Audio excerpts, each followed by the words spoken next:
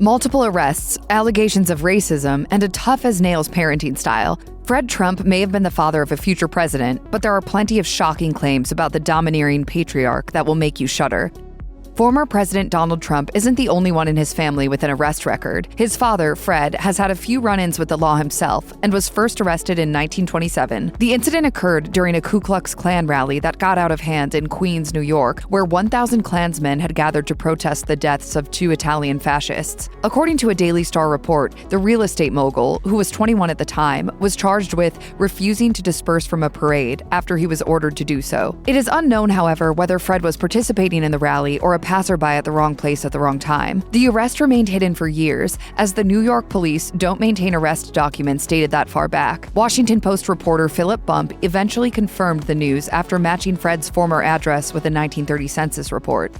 Fred's second arrest occurred 50 years later, when he was managing several rental properties. In 1976, he was hit with 5 citations for not adhering to housing code violations in a 504-unit apartment complex he owned in Seat Pleasant, Maryland. As noted in a report by the Washington Post, Trump had been warned after he had failed inspection 9 months prior. The county housing department's chief inspector gave him ample notice on the phone several times before signing off on the arrest warrant and putting him in cuffs. Trump was released from jail shortly after posting his $1,000 bail.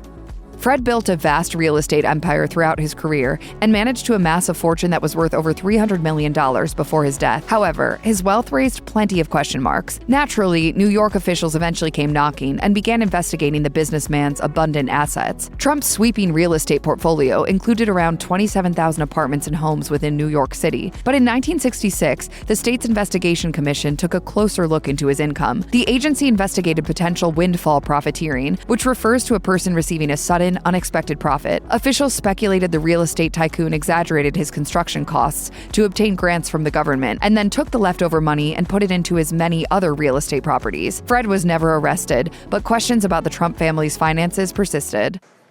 I'm really rich.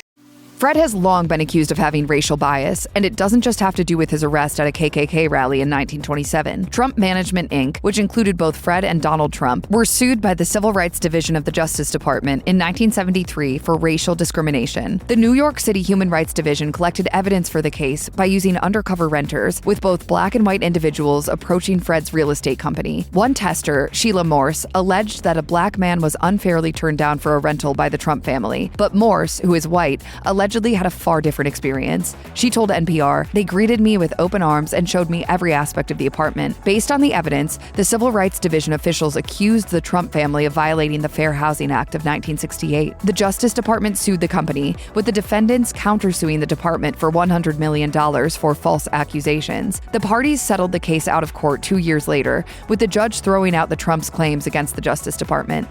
Fred's grandchildren don't exactly have the best impression of the businessman. His granddaughter Mary published her memoir, Too Much and Never Enough: How My Family Created the World's Most Dangerous Man, in 2020, making shocking allegations about Fred and how his behavior influenced Donald. My father liked to win. With information given to her by her aunt, Mary Ann Trump Berry, Mary claimed that her grandfather was a high-functioning sociopath. She accused him of racist and sexist behavior in the book, as well as neglecting his son in his most crucial years. She wrote, "Having been abandoned by his mother for at least a year, and having his father fail not only to meet his needs, but to make him feel safe or loved, valued or mirrored, Donald suffered deprivations that would scar him for life." Mary also alleged in the memoir that Fred gave Donald a distorted view of emotions, teaching his son to run at the first sign of weakness. She wrote, "By limiting Donald's access to his own feelings and rendering many of them unacceptable, Fred perverted his son's perception of the world and damaged his ability to live in it." He had no empathy. Mary Trump further accused her grandfather of being unfair to his children, claiming that he refused to support his eldest son and Mary's father, Freddie, and his dreams of becoming a commercial airline pilot. Donald took over the family business instead, leaving him in a downward spiral. Mary wrote in the book, "Freddie simply wasn't who Fred wanted him to be. Fred dismantled his oldest son by devaluing and degrading every aspect of his personality and his natural abilities until all that was left was self-recrimination and a desperate need to please a man who had no use for him." Donald, who's 7 years younger than his brother, grew up with a tainted view of Freddie after his father had ultimately drawn the line in the sand. Mary wrote, "The lesson he learned, at its simplest, was that it was wrong to be like Freddie. Fred didn't respect his oldest son, so neither would Donald. Fred Sr. reportedly removed Freddie from his will and isolated him from his family while he suffered from alcoholism and heart problems. Fred's eldest son died at just 42 years old in 1981.